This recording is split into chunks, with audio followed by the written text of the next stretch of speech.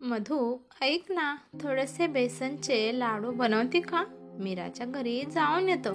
तिला भेटण्याचं खूप मन होत आहे आणि तिला तुझ्या हातचे बेसनचे लाडू पण खूप आवडतात. त्यामुळे मी स्वतःच्या हाताने तिला देऊन येतो. तुषारने सकाळच्या वेळी झोपेतून उठलेल्या त्याच्या बायकोला मधूला सांगितलं. अहो, मी तर लाडू बनवून देते, परंतु एवढ्या दूर तुम्ही कसे जाणार आहात? तुम्ही तर रिझर्वेशन पण केलं नाही. पूर्ण दिवसभर तुम्ही बसमध्ये उभं राहून जाणार आहात का? तुषार हसत म्हणाला की मी उभा राहून जाईल, पण मी तिला भेटूनच येणार आहे. तू लाडू बनवून ठेव. मी आपल्या दुकानातील कामगाराला सगळं काही व्यवस्थित सांगून येतो. मी दुपारच्या वेळेस मीराला भेटण्यासाठी जाईल, पण दुपारी तर खूप ऊन असतं. एवढ्या उन्हात बसमध्ये उभं राहून तुमची तब्येत खराब होईल. आपल्या बायकोचं बोलणं ऐकताच तुषार तेथून निघून गेला. दुकानामध्ये जाऊन तुषारने त्याच्या हाताखालच्या कामगाराला सगळं काही व्यवस्थित सांगितलं की ग्राहक आल्यावर त्यांना कसं बोलायचं, त्यांना सगळा माल कसा द्यायचा, पैसे कसे घ्यायचे आणि माझ्याशिवाय तुला 2 दिवस कसं दुकान सांभाळायचं या बाबतीत तुषार त्याला सांगत होता. दुपारच्या वेळी मधूने बनवलेले लाडू घेऊन तुषार त्याच्या छोट्या बहिणीला मीराला भेटायला निघून जातो. तुषारचं त्याच्या छोट्या बहिणीवर मीरावर खूप प्रेम असते. एकदा तुषारचे आई वडील दोघेच कोणत्या तरी लग्नाला चालले होते. तेव्हा येताना ऍक्सिडेंट झाला. त्यामध्ये तुषारचे आई वडील जागीच ठार झाले होते आणि तेव्हापासूनच तुषारने त्याच्या बहिणीला मीराला सांभाळलं होतं. तुषार मीराची आई वडिलांसारखी काळजी घेत होता. मीराने तुषारला वडिलांचा दर्जा दिला होता. तुषारने मीराला चांगले शिकवले आणि एक चांगलं स्थळ बघून तिचं लग्न पण लावून दिले होते. तुषारचे जेव्हा आई वडील स्वर्गवासी झाले होते तेव्हा तुषार 12-13 वर्षाचा आणि मीरा 6 वर्षाची होती. जेव्हा मीरा सून म्हणून सासरी गेली तेव्हा तेथील वातावरणच बदललं. कारण जसं मीराने सासरी पाऊल टाकलं तसं त्यांच्या घरात धनसंपत्ती आली. साधारण परिवार आता खूप श्रीमंत झाला होता. एका वर्षातच तिच्या नवऱ्याने नोकरीमध्ये खूप प्रगती केली आणि त्या शहरातील श्रीमंतांच्या नावात तिच्या नवऱ्याचं सुद्धा नाव येऊ लागलं. मीरा त्या घरात सोन पावलांनी गेली होती. मीरा तिच्या सासरी खूप खुश होती. तिचे सासू सासरे तिच्या मुलीप्रमाणे काळजी घेतात, कारण मीरा आल्यापासूनच त्यांच्या घरात एवढी प्रगती झाली होती. शहराच्या मधोमधचे मीराचा एक मोठा बंगला आहे. तिच्या सासरी जाण्यासाठी तुषारला पूर्ण दिवस जातो. बहिणीची आठवण काढता काढता तुषार तिच्या घरी पोहोचला आणि दाराची बेल वाजवू लागला. मीराने दरवाजा उघडला. आपल्या वडिलांसमान भावाला पाहून मीराला खूप आनंद झाला. तिने भावाचे स्वागत केले आणि तिने खूप चांगला त्याचा पाहुणचार पण केला. तिने तुषारला 2-4 दिवस राहण्यासाठी पण सांगितले, पण तो मीराला म्हणाला की मी तर फक्त तुला एकदा पाहण्यासाठी आणि तुला आशीर्वाद देण्यासाठी आलो आहे आणि संध्याकाळच्या बसने मी माघारी जाणार आहे. तुषार आणि मीरा बोलतच होते तेव्हा तिथे मीराची लग्न झालेली नणंद आली आणि ती मीराला म्हणाली की वहिनी, तुमच्या भावाने काही मिठाई आणली नाही का? तुमच्या भावाला हे माहित नाही का की बहिणीच्या घरी मोकळ्या हाताने येत नाहीत? तेव्हा तुषारला आठवलं आणि त्याने बेसनच्या लाडूचा डब्बा मीराच्या हातात दिला. मीराने डब्बा उघडला. बेसनचे लाडू पाहून मीरा खूप आनंदित झाली. पण बेसनचे लाडू पाहून तिच्या नणंदने तोंड वाकडं केलं आणि ती म्हणाली की असली पण कोण मिठाई घेऊन येतं का? ज्यांची बहीण श्रीमंताच्या घरात राहते त्या घरात घरी बनवलेली सामान्य मिठाई घेऊन येत असतात का? श्रीमंत बहिणीसाठी तर दुकानामध्ये बनवलेली सगळ्यात महाग मिठाई घेऊन यायची असती. पण मी तर हे विसरलेच की एवढे पैसे तुमच्याकडे नसतील, कारण तुम्ही गरीब आहात आणि तुमची बहीण श्रीमंत आहे. नणंदचं बोलणं ऐकून तुषारचा चेहरा उतरला. मीराला तिच्या नणंदचा खूप राग आला आणि ती तिच्या नणंदला म्हणाली की ताई, मी तुम्हाला मान सन्मान प्रेम देते, कारण तुम्ही माझ्यापेक्षा मोठे आहात आणि त्याचप्रमाणे माझा भाऊ पण तुमच्यापेक्षा मोठा आहे आणि त्याचा अपमान करण्याचा अधिकार तुम्हाला कोणी दिला? तुम्ही कोणत्या हक्काने माझ्या भावाला गरीब बोलत आहात? माझा भाऊ पैशाने जरी गरीब असला तरी मनाने तो खूप श्रीमंत आहे, एवढं लक्षात ठेवा. यापुढे माझ्या भावाला एक शब्द सुद्धा वाईट बोलायचं नाही, नाहीतर मी हे विसरून जाईल की तुम्ही माझी नणंद आहात. या घरात मी नंतर तुम्हाला पाऊल पण टाकून देणार नाही. पण तुषारने इशाऱ्याने तिला गप्प राहण्यासाठी सांगितलं. तुषारमुळे मीरा शांत बसली. आणि हो ननंदबाई, या लाडूची सर मोठ्यातल्या मोठ्या दुकानातल्या लाडूमध्ये सुद्धा येणार नाही, कारण या लाडूमध्ये माझ्या वहिनीचं प्रेम लपलं आहे. त्यानंतर तिची ननंद रागाने पाय आपटत तेथून निघून गेली. तेव्हा मीरा तुषारला म्हणते की दादा, तुम्ही कोणाच्याच बोलण्याचं मनावर घेऊ नका. ननंदबाईची सवयच आहे, नेहमी कोणाला ना कोणाला तरी त्या नावं ठेवतच असतात. पण दादा, माझ्या मनामध्ये असं काही सुद्धा नाही. मला हे लाडू खूप आवडतात. एक लाडू तोंडात टाकत मीरा तुषारला म्हणाली.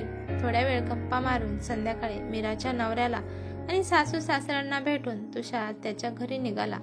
जाताना मीराने 2 पिशव्या तुषारच्या हातात दिल्या आणि ती म्हणाली की दादा, हे माझ्या दोन्ही पण भाचींसाठी गिफ्ट आहेत. त्यांना सांगा की त्याच्या आत्याने दिलं आहे. त्यानंतर तुषार 2 पण पिशव्या घेऊन निघाला. तुषारला 2 मुली आहेत. मोठ्या मुलीचं नाव निशा आणि छोट्या मुलीचं नाव आनंदी आहे. तुषार ज्या उत्साहाने मीराला भेटायला गेला होता त्या उत्साहाने तो माघारी आला नाही. मीराच्या सासरचे सगळे चांगले आहेत. सगळे तुषारची इज्जत करतात, पण मीराची नणंद खूप मनाला लागेल अशी बोलते. ती नेहमी कोणत्या ना कोणत्या कारणावरून टोमणे देत असते. मीराची नणंद मीराच्या घराच्या शेजारीच राहते. ती तिच्या घरून खिडकीतून पाहते की वहिनीच्या माहेरकडून कोण आला आहे. तेव्हा तिला लगेच कोणी ना कोणी बोलवता ती हजर होते. एखाद्या विषयी ती चांगलं तर बोलतच नाही, पण वाईट एवढं बोलते की समोरच्याचं मन दुखलं जातं. तुषार घरी आला. मीरा कशी आहे म्हणून मधूने प्रश्न केला.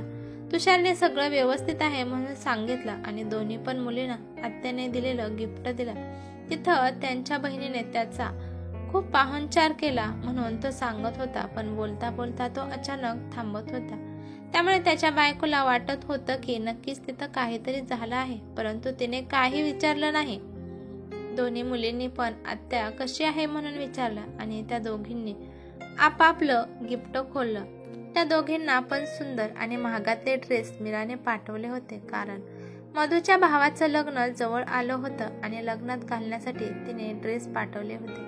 सकाळच्या वेळी तुषार त्याच्या दुकानावर गेला. त्याने जाऊन गल्ला पाहिला तर गल्ला रिकामा होता. त्याला वाटलं की तो गेल्यानंतर कोणीच ग्राहक दुकानात आलं नाही. दिवसभर दुकानात राहिल्यानंतर तुषार घरी आला. त्याने पाहिलं की त्याची बायको त्याची वाट पाहत अजून बसली होती. तुषार तिला म्हणाला की तू अजून झोपली नाहीस? जेवणाचा डब्बा तर मला निशाने आणून दिला होता आणि मी जेवलं पण आहे. मग कशाला वाट पाहत बसली आहे? सकाळपासून तू पण खूप काम करतेस आणि घर तर आनंदीने किंवा निशाने उघडलंच असतं. मला तुमच्यासोबत काहीतरी बोलायचं होतं. मी पाहत आहे की तुम्ही आल्यापासून मला नाराज दिसत आहात. मीराच्या सासरी काहीतरी झालं आहे का? नाही ग मधू, काही सुद्धा झालं नाही. आपली मीरा खूप आनंदात आहे, पण फक्त तिची नणंद ती जरा कडवटपणाने बोलत असते, त्यामुळे जरा मी नाराज होतो. पण जाऊ दे, मला सांग, माहेरी जाण्याची तयारी झाली आहे का नाही? तुझ्या भावाचं लग्न आहे असं, पण दोन्ही पण मुलींना मीराने कपडे पाठवले आहेत. तुला काय आणायचं असेल तर सांग. मधू म्हणते की मला काही नाही आणायचं, तयारी झाली आहे. उद्या सकाळी आपल्याला जायचं आहे. दुसऱ्या दिवशी तुषार पूर्ण परिवारासोबत मधूच्या भावाच्या लग्नाला निघून जातात. तिथे गेल्यावर लग्न झाल्यावर पण काही कामानिमित्त मधू आणि तिच्या दोन्ही पण मुली तिथेच राहतात आणि तुषार एकटाच माघारी येण्यासाठी निघतो. पण ज्या बसमध्ये तुषार असतो त्याच बसचा अपघात होतो. तुषारला खूप दुखापत होते. तुषारच्या पाठीचा मणका फ्रॅक्चर होतो आणि त्यामुळे तुषार काम करू शकत नाही आणि तो बेडवर येऊन राहतो. आणि इकडे तुषारच्या हाताखाली जो कामगार असतो तो दुकानातील काही सामान घेऊन पळून जात असतो. हळूहळू दुकानात येणारे ग्राहक कमी होतात, कारण तुषारच्या बोलीमुळेच ग्राहक त्याच्याकडे येत होते आणि त्याच्या हाताखाली जो कामगार असतो तो खूप ग्राहकाला ओरडून बोलत होता. त्यामुळे ग्राहकांनी त्यांच्या दुकानात येणं सोडून दिलं. दुकानातला माल विकला जात नाही, त्यामुळे कंपनी पण त्यांना माल देत नाही. मधूचं पण जास्त शिक्षण झालेलं नसतं, त्यामुळे तिला पण जास्त दुकान सांभाळता येत नाही आणि दोन्ही मुलींना पण कॉलेज असल्यामुळे त्या पण दुकानात जाऊ शकत नव्हत्या. घरातली परिस्थिती खूप वाईट झाली. कसं तरी ते घर भागवत होते. भावाची ही हालत पाहून मीरा लगेच त्यांच्याकडे येते. भावाची दशा पाहून तिला खूप रडायला येते, तरी पण ती मजबूत राहते आणि कोडमडलेल्या घराला आधार देण्याचा प्रयत्न करते. ती तिच्या पैशाने दुकानातलं सगळं सामान भरते आणि नवऱ्याला सांगून एक नोकर त्या दुकानात कामाला लावते. कारण दुकान बंद पडू नये, कारण त्या दुकानावरचं तुषारचं घर चालत असतं. त्यानंतर मीरा तुषारची चांगल्या हॉस्पिटलमध्ये ट्रीटमेंट चालू करते, कारण लवकरात लवकर दादा बरा व्हावा. तुषारची हालत पाहून डॉक्टरांनी सांगितलं होतं की तुषारच्या मणक्याचे ऑपरेशन करावे लागेल आणि त्यासाठी 4-5 लाख रुपये तरी खर्च होईल. एवढा खर्च पाहून मधू तर दंग होते. पण एका क्षणातच मीरा डॉक्टरांना ऑपरेशनची तयारी करायला सांगते आणि ती मधूला सांगते की वहिनी, तुम्ही पैशाचं कोणतं टेन्शन घेऊ नका, मी आहे, मी सगळं हँडल करते.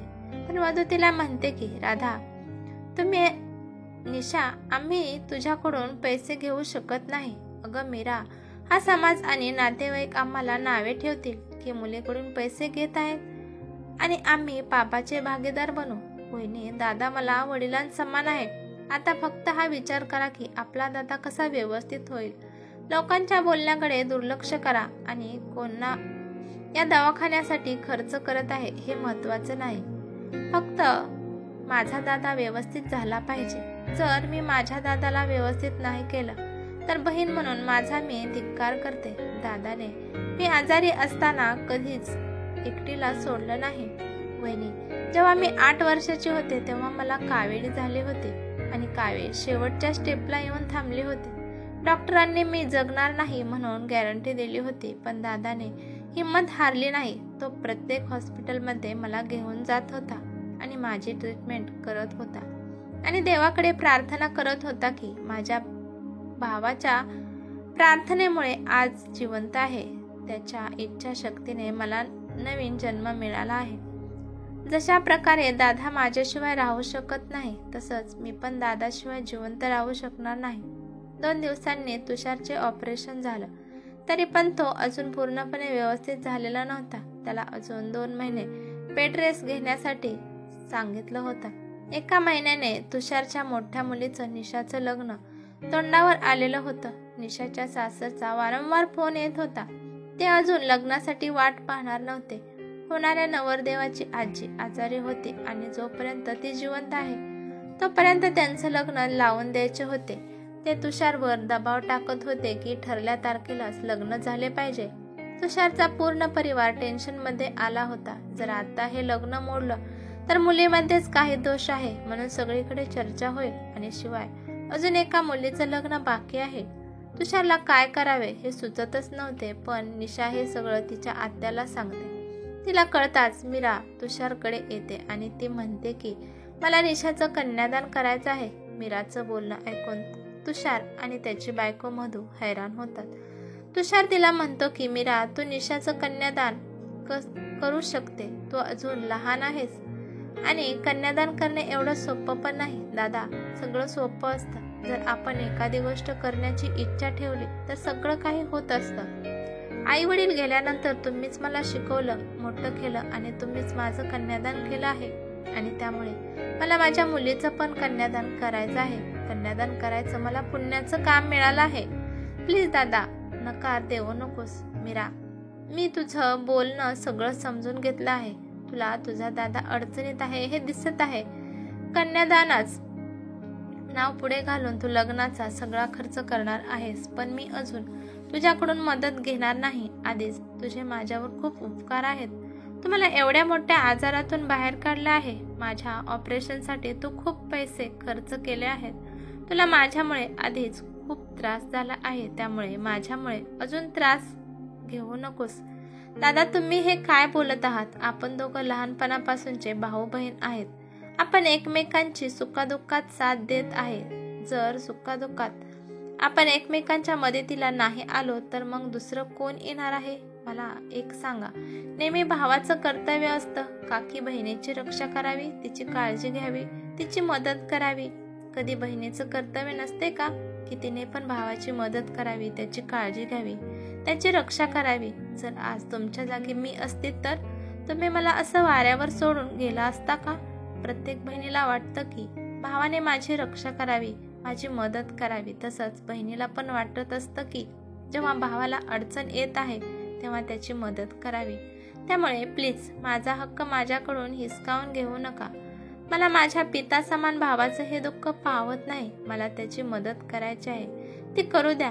मी ईश्वरच हात जोडून प्रणाम करते की मला देवाने आर्थिकदृष्ट्या एवढं मजबूत बनवलं आहे की मी माझ्या भावाची मदत करू शकेल.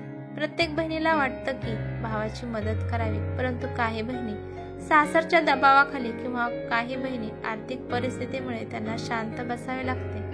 पण तुम्ही मला एवढं छान स्थळ शोधून काढलं, माझं लग्न लावलं. माझी सासरची पण चांगली आहेत आणि पैशाची तर काहीच कमी नाही. निशा फक्त तुमचीच मुलगी आहे का? माझी कोणती लागत नाही का? तिला पण मी लहानपणापासून माझ्या मुलीप्रमाणे सांभाळलं आहे. देवाने मला प्रत्येक सुख दिलं आहे.